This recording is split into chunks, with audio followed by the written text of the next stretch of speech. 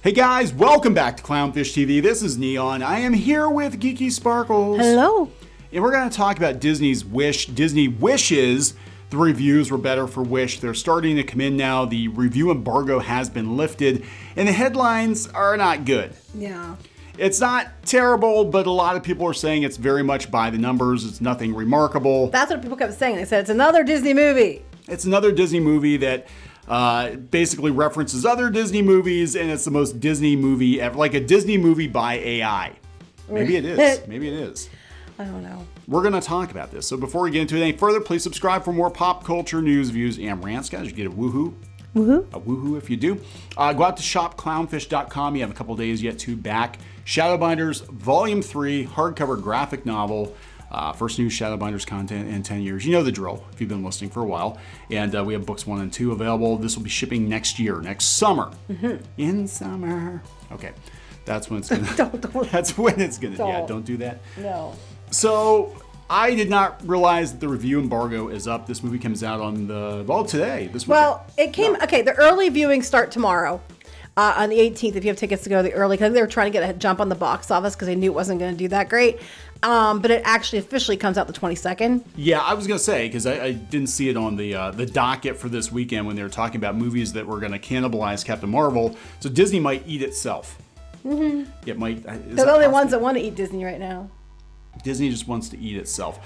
But let's take a look at some of these headlines before we get into the tomato meter score, which I've been watching for the last couple hours. It's been dropping. Really? Over the last couple hours. We've got this one, Awards Watch. Wish Review, when you miss upon a star. Oh, no. Wish Review, Disney's latest is a frustrating self-referential IP grab.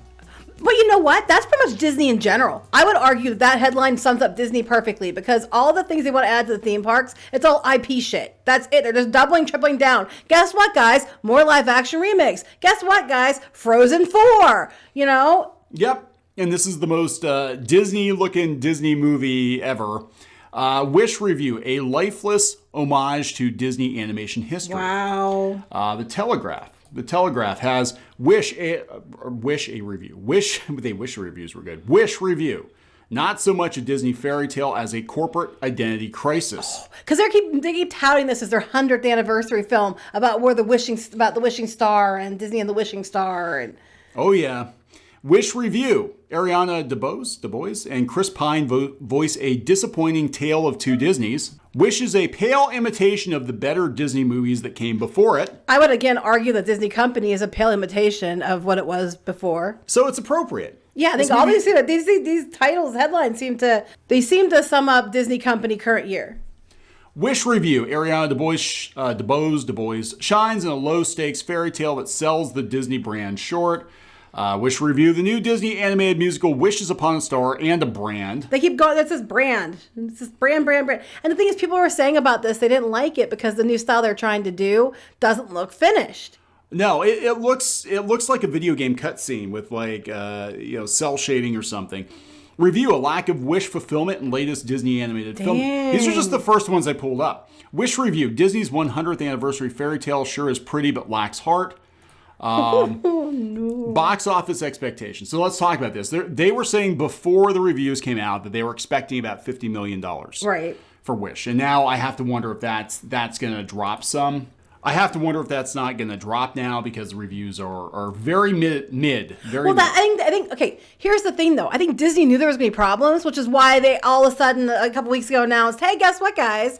We're going to do an early release on the 18th. And now they're going to probably roll all that into the previews, into the box office and be like, oh my gosh, guys, we did really well opening 5-6 days. We're going to call it weekend, but it was actually 5 or 6 days. Yeah. A weekend now is 31 days out of the month. So, I mean, some of these are pretty good. This says, for longtime Disney fans and savvy kids, the overabundance of hidden and overt references will likely wear out the pause button on the Blu-ray player. So, yeah, apparently they reference a lot of other Disney. So it's full of Easter eggs. Yeah. But this one, the biggest misstep is the story itself. The narrative foundation is flawed between the concept of wishes and dreams. More intended as marketing, let's make a new Frozen, than a story. Yep. It's difficult to argue that Wish is a film with an identity outside of just being the 100th year movie. It's Disney celebrating their formula by presenting just the formula in its most basic form. Ow. I know, I'm just laughing about it. Instead of watching the new Disney animated musical Wish, you'd be better off watching any number of Disney's actual animated classics. Well, even the one above it that's fresh. An appropriate tribute to Disney by itself. It hardly breaks any ground. It's simply here to celebrate the ground the studio is built on. So it just retreads everything you've already seen. Yep, 5 out of 10. They said there's a few good numbers, but the Centennial Celebration falls flat. Wish is a strained animated musical which overtly references the company's most beloved films, a strategy that mostly exposes how singular the studio's productions used to be. It's a disappointment. What could have been a beautiful celebration of Disney's past ends up being one big, poorly designed Easter egg hunt. The heart is in the right place, but the pieces never add up to something more. That is pretty much everything Disney does these days. Here's this one's fresh again. Disney's Wish plays all the hits and ends up showcasing both the best and worst of what the studio storytelling is all about. How is that fresh? I don't know. There are a few moments where it seems like it might get weird and interesting, but then a talking bunny shows up and it feels trite. There's a fine line between tribute and banal. Wish is not close to the line that revels in being derivative. Oh, God. Damn. God, part of the problem here is Disney's fixation with old-fashioned stories of kings and castles and princes. Well, that's what they were built on, right? Feels like an attempt after a wobbly decade to return the brand to its first principles. Unfortunately, it turns out to be a self-portrait of an altogether less flattering type, a sort of corporate identity crisis, the movie. Ouch. Now, I mean, these are early. There's only 40-some so far, so that, it could change. But I do know, here's the thing, like, my kids, I was talking to the kids, and they're on TikTok a lot and stuff. And they said people are roasting on TikTok. They've been roasting on TikTok just from the trailers. Yeah. Because a lot of animators have commented about how it doesn't look finished. It doesn't look like it's up to the level. They said they look like things that they wouldn't even release in a trailer. People who used to work for Disney have even commented on things like this. I know a lot of people will say that it doesn't look done. It looks like more of the same. They feel like the songs feel like they're just trying to Lin-Manuel Miranda everything all the time with every Disney movie now. Even if he's not the one making the songs, they still try to go that way. And it just seems very, flat and, one-dimensional. And that's what they're saying on TikTok. And this is where Disney keeps touting their presence on TikTok. They were doing quiz games on TikTok to up their presence. But the people on TikTok think it looks like crap.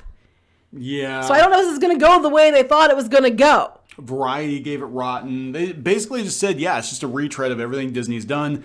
It's nothing groundbreaking. It's not a way to celebrate the 100th anniversary of the Walt Disney Studio by doing the most trite, ridiculous Flip side, devil's advocate here. The pixie dusters are going to eat this shit up. Oh, absolutely. I mean, the pixie dusters are going to be like, oh my gosh, Easter eggs galore. They might absolutely love it. So it might do really well in that regard because I guarantee you the Disney 100th movie, that's what they're touting it. All the ones, the fans they have left, which I don't think are as many as they used to have, they're probably going to go in and just eat that shit with a spoon. Spoonful of shit helps the that's down. Disney anymore anyway. Yeah. But maybe it's corny shit. Maybe it's got a little flavor. Well, to it. but it sounds like it's corny. So anyway, those are the early reviews for Wish. Not exactly burning it up with the critics. That doesn't necessarily mean anything. But right now, again, with people having feelings toward Disney that they have, a lot of them being negative, is having basically a Mickey Mouse circle jerk really a good idea. I'm just waiting to see what happens because for their own sake and for the sake of my stocks, I hope it does okay. Because if it doesn't, then that's another misfire at the box office because the Marvels bombed too. Yeah. And they're going up against Trolls 3. We'll see what happens. It's too early to tell. I mean, well, from what the estimates are, it's not too early to tell. But I'm just saying, anything's possible. When you wish upon a star, right? Your stock will go very far. Well, here's the thing. I used to sing that song since I was a little kid. I sang that song all the time. So when they said they were making a wishing star, I was like, okay. And then I started seeing it, and I'm like, what's this shit? Yeah. And then I'm sorry, I'm the low voice and the goat's stupid. Yeah. Well, I didn't know my voice would be so low. Neither did we. It looks dumb. Don't do it. All right, we're going to wrap this up. Yes. Please subscribe for more pop culture news, views, and rants, guys. We'll talk later. Bye. Bye.